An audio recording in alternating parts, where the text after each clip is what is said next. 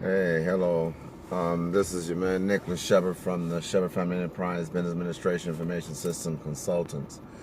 Um, yes, I'm here today to talk about some couple of things, and you know, just as I'm still learning about a lot of different things as far as the aspect of uh, being a black business entrepreneur in a society where is that there isn't that much representation concerning the unity among small business African American businesses.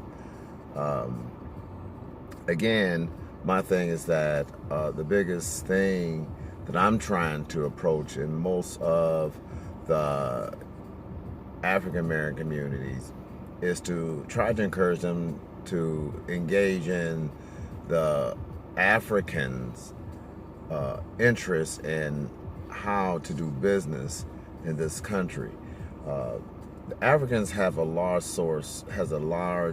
volume of resources in Africa that the African American entrepreneur are not tapping into. And this is really a problem because of the fact that by not tapping into the African or into Africa's resources, it causes a disconnect, okay, between us and them. Now, I understand the fact that most African Americans do not really work with each other because there's numerous amounts of reasons or excuses that they actually engage in. But the, the the whole purpose of us as Americans and African descendants, and the reason why I say African Americans, and some people really they turn their nose about this. Like I heard Smokey Robinson years ago. He was giving some type of speech. He talked about something. He's not African. He's American. This and that. And I guess there's some type of this movement, right? Thinking that he's not. Okay, everyone descended from Africa. That's number one. Okay, I don't care how you think about it. There are a lot of Europeans that don't know that, don't want to accept that because they weren't taught this because of the white supremacy. But I had to explain to this young European young man one day. He expressed to me. He said that, and I have a very open door policy as far as speaking your mind. Okay, and most European young men who are considered pro-white, they're able to engage in conversation with me because they understand my maturity and my intellectual abilities to communicate with them at their level, okay, and at mine. I'm not saying that I'm at Dr. Boyce's, Watkins level or anything like that, because I'm not, and a lot of other educators I'm not. But I think I read enough and I research enough information to be able to give accurate answers to those who actually make comments, right? So this European young man said that to me, shouldn't whites be a lot more richer than blacks since slavery and everything like that? And the first thing I said to him is, which whites are you talking about, right? Are you talking about the Jews, the Romanian, Yugoslavians, Armenians, the Germans, the Irish, there's the Polish, the German Jews, Bulgarians, which ones are you talking about, right? And I said, because there are Europeans out there, or whites as they call it, have never been more wealthier than Africans, ever, okay? As far as slavery is concerned, well, yes, there was a time that African Americans, or descendants of Africans that became slaves in this country, which became African American or Negroes or color folk, right?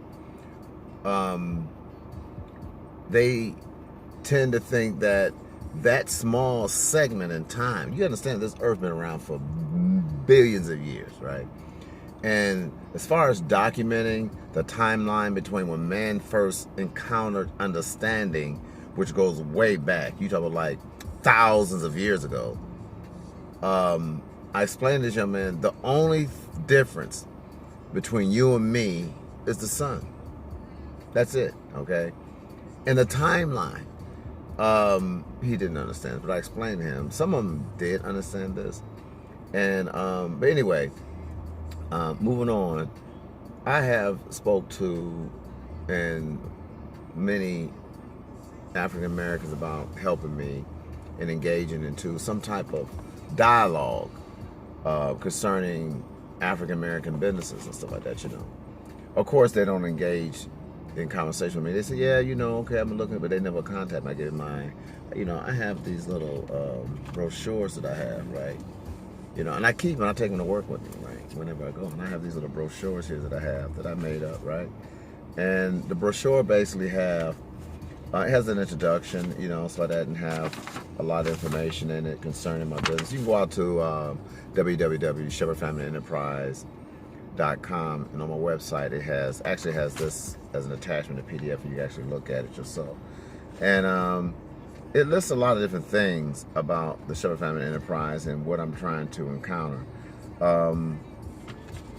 Now, even though my website is very what the word I'm looking for, it needs work, right? Because I learned, and as I was looking at things on my website, and I have certain categories, right, that's underlined it, where people who engage in internet-based applications, they expect when you see a line under something, you can click and it take you to something else to give you more information about it. Well, my website doesn't have that, which I discovered is a problem, because I'm listing these different job opportunities, but they're not linked to anything, so it doesn't have any content.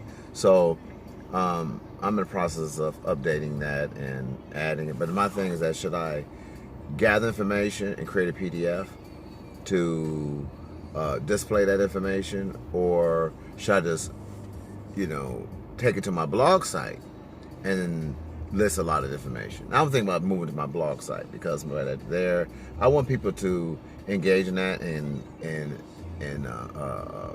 engage in dialogue about the African American communities and what's going on in their community and what's going on in their life, everything like that. I think that's very important.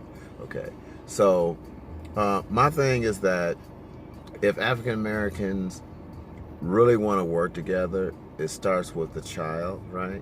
And it may take 3 generations for that to happen. You know, like I said, I'm an advocate. I just became an advocate of Dr. Boyce Watkins, and he has enlightened me in a lot of different things in this conversation. Not only that, you know, it leads me to, or has led me to, research a lot of information and listen to people that he actually talks about, right?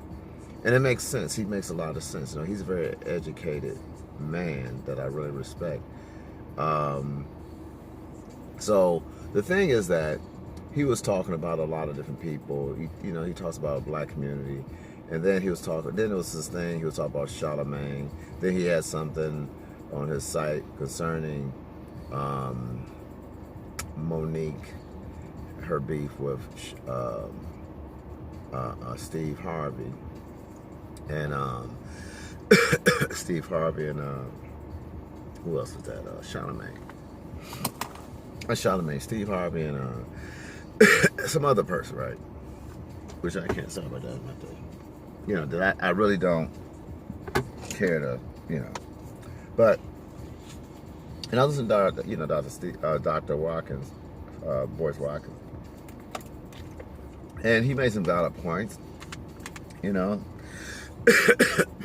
I don't really agree with all of his dialogue, but one thing I do believe that You know, I was listening to Monique's interview, and it does, you know, and like I say, I'm a person, when I listen to somebody, I listen to the soul, I listen to their spirit and their energy. And I'm trying to, I understand Monique, right? I understand her pain. And this is what they call being woke, right? There's different levels of being woke, all right? And I think Monique is at a level of being woke that's beyond understanding of most people, especially if you educated in the European system or schooling system, as far as, like Dr. Watkins, he's, Boyce Watkins, he's educated. And I'm not even questioning his ability to understand logic or, should I say, his ability to interpret the spiritual content of understanding. Because, you know, I believe in the powers of God. I believe in powers in the universe, anything like that. And certain things will elevate you to a point where only person to understand what's going on is you, okay? And people don't think you're crazy, man. You know what I'm saying? And like, this guy was, my uncle one time was trying to explain to me about, you know, I was reading about a lot about Black history, about ancient Egypt, everything like that, and you know, I was raised to a different level of intelligence. While explaining these things to him, and he really thought I was crazy. You know, he said, "Are you crazy? You know, are you going crazy or something like that?" I said, "Why would you think that?" He said, "Because, you know, you talk about this and Jesus Christ and that." I said, "Well, listen, you can understand that the Bible was interpreted 13 times, and they took out a lot of books." And he was saying, "Well, maybe that's, you know, that was because." I said, "No, you don't know why these Europeans took that stuff out, okay? You know, you don't know why they took that out. So I don't understand how an African man or woman can explain to me, right, why a European took away things out of the Bible because he felt that it wasn't right for us to know, right?" And maybe they didn't understand the power that all this information had to us, or maybe they was keeping it from us, to keeping us from being aware. You know, so Monique is probably at a level of intelligence where, and I see it in her eyes, you know, and she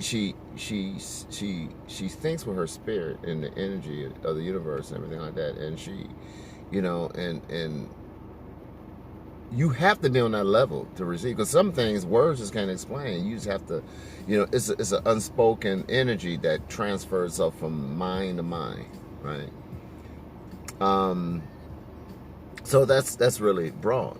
So anyway, I read a couple of books on that, you know, and I'm trying to get African Americans to really get involved. And it's very, you know, it's difficult, you know, because, like I say, Monique was saying is that, you know, you got a lot of, you know, so-called blacks, right? It's following the bag, right? And not the meaning, okay, of being African American.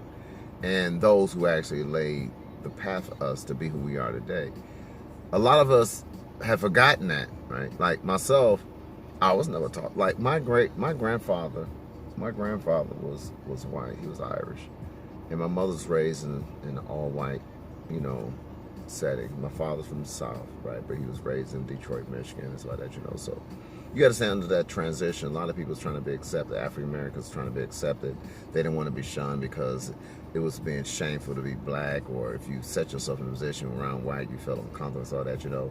But now we're gonna say, you know what? I don't care what they think. But you know, even at my job right now, I see it, right?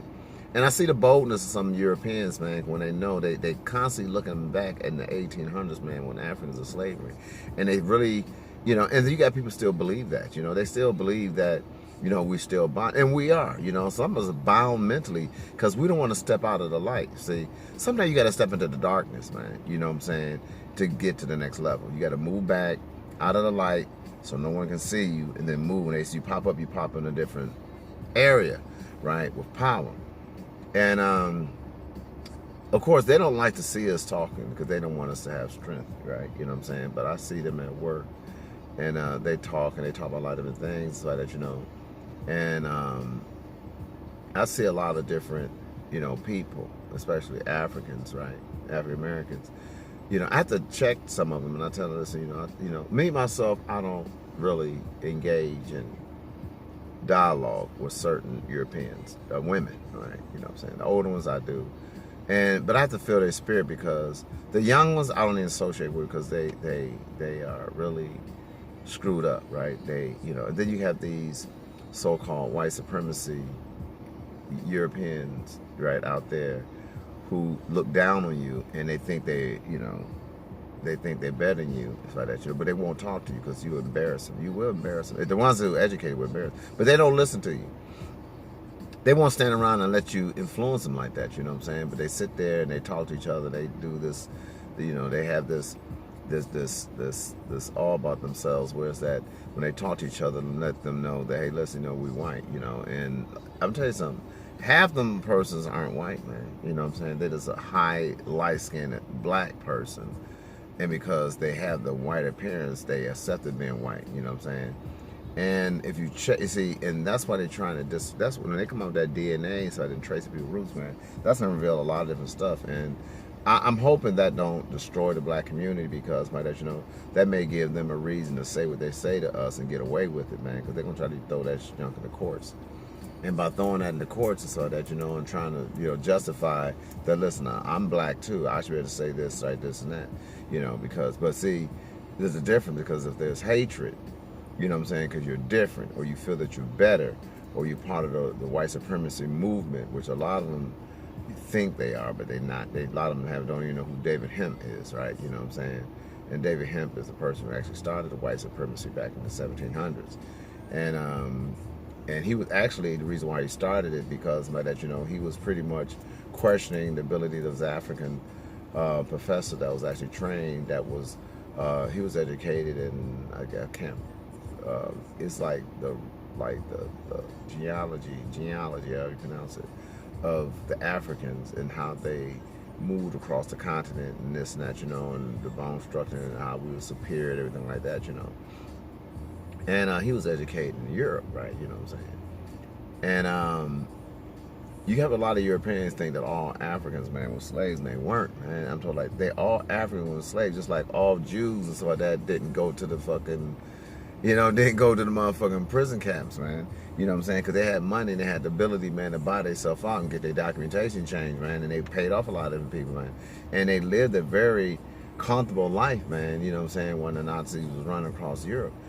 And because they paid their way to be who they were and stuff like that, So the thing is that, you get a lot of people out there that does a lot of different things and stuff like that, But you have to understand that if you look at things in a way where it's that you read, right? Because you have to read, right? You have to read, you have to research information, you got to figure out exactly where you want to be at and where you are. And you got to be able to identify, are these people lying to me, Because if they're lying to you, you must identify, you have to be able to identify the lie first, And the only way you're going to identify the lie, you have to understand the English language. So you have to research everything. Every word that they say trace back to something, right? You know what I'm saying? That's what I'm trying to master right now. I'm trying to master words, And there's a lot of different words that I spoke, just like, that I've researched and I use them from time to time. I'm trying to get it into my vocabulary, so when I speak to them, it takes them to a whole different level of understanding. And then I said some things to them, and they won't even answer me back because they don't know what the fuck I'm talking about. And that undermines them, right? When you talk like myself, I know I don't talk like a lot of the African Americans, so I know, because I'm not part of the hip hop. I am part of the hip hop generation, but I want to sound intelligent, right? Now, I'm not saying I'm the most intelligent. I'm by far the most intelligent African American out there, as far as But I have a lot of common sense, and I know that if you talk a certain way, whether you're radical or whatever, so that you don't have to be the Dr. Luther King speech type of person, the Malcolm X or the Louis Farrakhan type of speech or grammar, thing like that. But you must understand enough about the English language that when you talk to them, you shut them down, man. You know what I'm saying? And so that's one of the main things. Okay. So anyway, I'm just bringing up some things so that that I went through today. I got up kind of late, and what I'm trying to do is get this, get more comfortable talking on YouTube, and get closer to those, and try to draw more individuals to go to my view my videos, and put a comment in what you think, and also put like and share, and put your comments down there, because I know I'm bouncing around for that, because I'm trying to establish with you who I am and how I think. So when I start talking in a very structured manner, and I start speaking to you, and I start being more direct in my conversations, you will know who I am by my previous videos, okay? So bear with me right now until I get to that point, and I read more information about business, and I start researching anything, and I start asking questions about a lot of different things. And but the main thing is that go to my blog site. Like I said, you can go to ShephardFinancialEnterprise.com website, and I have a attachment in there that will lead you to my website and my blog site. Go to my blog site, and sign up, right? And go through it and engage in conversations, and create a dialogue in there, and tell me what you think, okay? All right, this is Nicholas Shephard of Shephard Enterprise, Business Administration Information Systems. I love you all, and support and donate to our efforts so that we can get this message out to more young African Americans and business leaders, okay? All right, peace.